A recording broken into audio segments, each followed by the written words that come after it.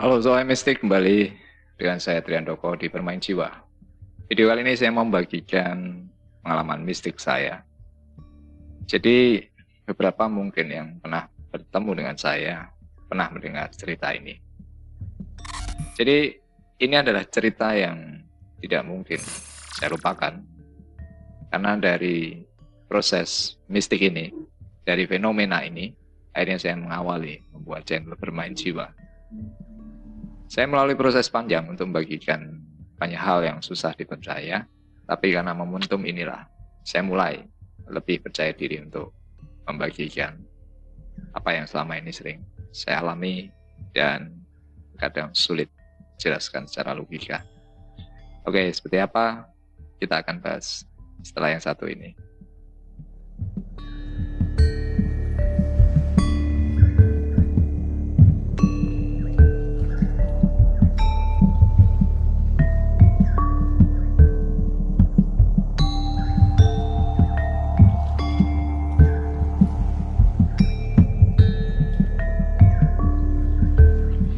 Jadi kalau mau ditarik kembali ke belakang, ini sudah lama sekali, 25 tahun lebih yang lalu. Jadi semua berawal dari fenomena saat saya bermeditasi. Kalau mau dikatakan saya tidak bermeditasi, kenapa? Karena dalam agama saya tidak ada tradisi meditasi. Yang saya lakukan hanya renung setelah melakukan doa. Nah, yang menarik itu pengalaman ini prosesnya panjang. Di awal-awal pasti menakutkan, terasa aneh. Kemudian berjalan sesuai proses. Ada satu pengalaman yang buat saya menarik. Saya merasa betah ketika mengalami hal itu. Saya seperti menemukan dimensi lain yang mungkin saya katakan seperti surga lah. Nah, sejak dari dulu saya sering berinteraksi dengan berbagai dimensi. Saya menikmati kenapa? Karena ada sisi lain yang menarik buat saya, mengetahui satu dunia yang mungkin sangat berbeda. Walaupun saya sendiri juga menyadari, mungkin ini cuma khayalan saya. Nah, kemudian proses terus berjalan, sampai pada akhirnya saya merasa ini kelihatannya nggak normal. Jadi kalau mau saya katakan, proses apa yang saya alami itu tidak selalu continue, datang dan pergi kejadiannya. Waktu itu saya memutuskan untuk tidak lagi melakukan aktivitas ini. Saya berpikir itu akan normal dan kembali hilang. Kenapa saya berpikir untuk menghentikan? Karena saya sering dapat dorongan atau koneksi yang memberi informasi bahwa saya harus membagikan apa yang saya pernah alami ini. Nah, tentu saja buat saya ini tidak masuk akal. Nah, ini terjadi berulang-ulang dan sampai pada akhirnya berapa tahun yang lalu saya banyak mengalami masalah. Dan masalah-masalah ini susah saya cari solusinya secara akal. Saya pernah cerita di satu video bahwa usaha saya selalu tertutup, tapi saya tidak puas dengan alasan bahwa ada orang yang mungkin berniat buruk ke saya. Hingga pada akhirnya saya menyerah dan mencoba untuk menggenapi apa yang dari dulu saya terima bahwa memang saya harus berbagi tentang pengalaman saya. Nah, waktu itu saya berpikir keras bagaimana caranya saya bisa berbagi tapi paling tidak orang bisa menerima. Saya mencari alasan tentang berbagai fenomena yang saya alami dari sisi yang lebih logis. Tapi itu tidak cukup. Nah, kemudian momentum yang saya ceritakan ini yang merubah perspektif saya. Dan akhirnya saya mulai channel Bermain Jiwa ini. Jadi sebelum saya memulai channel ini, saya sudah mencoba untuk menulis di sosial media. Tapi entah kenapa saya itu merasa berbeda. Saya tidak suka sosial media. Dan saya merasa cara membagikan ini tidak sesuai dengan selera saya. Lalu sempat terpikir untuk membuat video karena kalau video saya langsung cerita. Nah, kejadiannya bermula dari satu momentum ketika saya terkoneksi dengan satu dimensi. Dimensi yang sulit untuk kita bayangkan kalau dibandingkan dengan peradaban yang ada saat ini. saya sempat belajar membuat video, belajar bicara di depan kamera, belajar video editing. Buat saya itu hal yang susah juga, tapi tidak menjadi beban. Hal yang menjadi beban buat saya adalah menceritakan satu hal yang tidak masuk akal. Nah, jadi saya ada semacam deal atau komitmen dengan dimensi ini. Meskipun saya mendapat banyak masalah, dan belakangan saya baru tahu semua apa yang sudah saya lewati.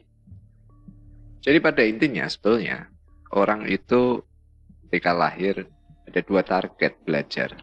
Yang satu belajar dari sisi materi, yang berikutnya adalah untuk belajar nilai-nilai yang sifatnya non-materi.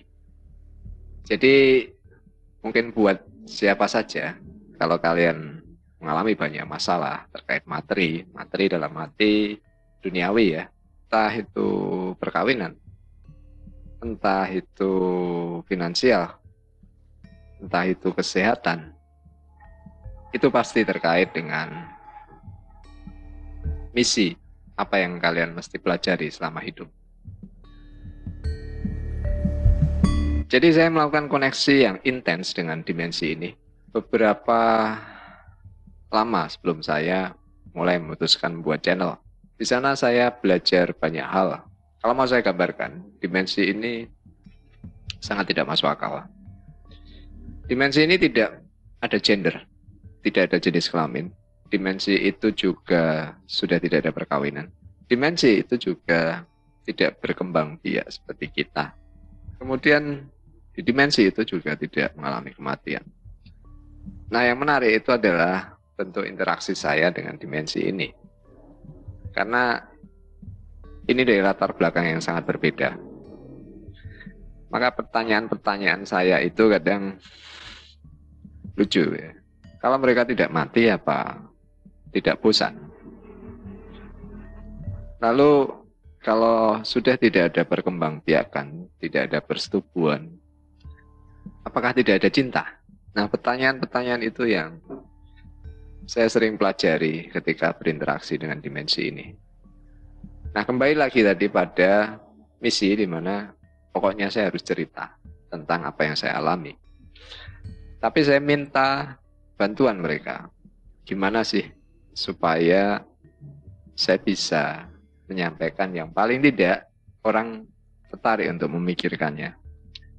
Nah, ada satu momen ketika saya bertanya, mereka tidak berkembang biak seperti kita, tapi bukan berarti tidak bisa memperbanyak diri.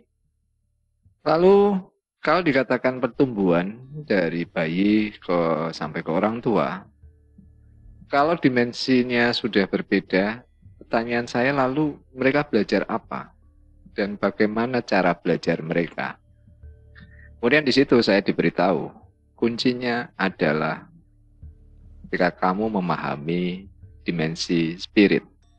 Nah, dimensi spirit ini sederhana. Kamu bisa temui dalam dunia anak-anak. Dunia yang masih murni. Saya masih belum menangkap saat itu. Kemudian dari situ saya mulai mencari-cari istilah yang sekarang saya sering pakai, yakni intuisi. Jadi mereka belajar lebih intuitif. Mereka mengatakan pendidikan sangat berbeda. Jadi kalau saya mau tahu kekuatan dimensi mereka, saya perlu belajar tentang dunia anak kecil. Dunia yang masih penuh imajinasi dan intuisi. Nah, ini yang menarik buat saya, karena saya diberitahu bahwa dari situ nanti saya akan mulai mengerti banyak hal.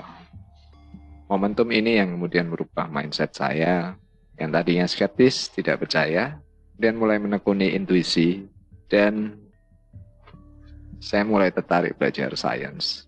Padahal dulu saya merasa saya tidak suka sains. Lalu kejadian ini yang membuka wawasan saya dan akhirnya memberanikan diri membuat channel ini. Jadi Saya ingat persis waktu saya berinteraksi, saya harus kembali murni, belajar intuisi, kembali penuh imajinasi seperti anak-anak. Saat itu kalau tidak salah ada libur sekolah, anak saya masih kecil, umur 4-5 tahun, dan ada keponakan saya datang. Lalu mereka bermain bersama. Nah, waktu itu saya sempat menemani, kemudian saya cobakan kemampuan intuitif ini. Sewaktu saya di dimensi itu, mereka menggunakan kekuatan pikiran untuk segala hal. Jadi indera mereka seperti yang sekarang kita pelajari terkait intuisi. Dan di situ memang kita harus melepas semua logika kita. Jadi saya simulasikan ke anak-anak saya apa yang saya dulu pernah pelajari ketika belajar bela diri. Jadi bagaimana menerawang, melihat aura, melihat tembus. Saya simulasikan ke anak-anak saya, berikut keponakan saya buat semacam simulasi game. Misalnya, menebak warna dengan mata tertutup. Kemudian kalau ada bela diri yang jalan dengan mata tertutup, saya simulasikan juga. Kemudian melihat aura, merasakan energi, dan pada akhirnya saya simulasikan proyeksi astral atau meraga sukma. Waktu itu saya tidak menyangka, buat anak kecil itu mudah, karena mereka masih kuat intuisi dan imajinasinya. Kebetulan ponakan saya lebih tua dari anak saya. Anak saya perempuan, ponakan saya laki-laki. Dan ketika bermain game menebak warna hanya dengan scanning atau dengan menutup mata, keponakan saya selalu kalah dengan anak saya. Kemudian dia protes. Akhirnya saya katakan, dari berbagai simulasi itu pasti dia penuh keraguan ketika membaca intuisinya. Padahal ketika saya ditanya oleh anak saya, bagaimana caranya? Karena waktu itu saya coba untuk melihat dengan mata tertutup. Saya katakan, coba dengar apa yang disampaikan oleh pikiranmu. Karena pikiranmu tanpa batas. Jadi, kalian tinggal menanyakan ke pikiran kalian sendiri. Misalnya saya tanya, ini warna apa? Hal yang pertama keluar yang kalian pikirkan, itu jawabannya. Keponakan saya yang lebih tua, dia berpikir dan ragu, seperti pertanyaan kalian. Beneran nggak ya? Jadi dia selalu kalah dengan adiknya. Banyak hal yang saya lakukan saat itu dan saya sulit mempercayai karena mereka bisa melakukan dengan mudahnya. Melihat aura juga mudah. Merasakan energi juga mudah.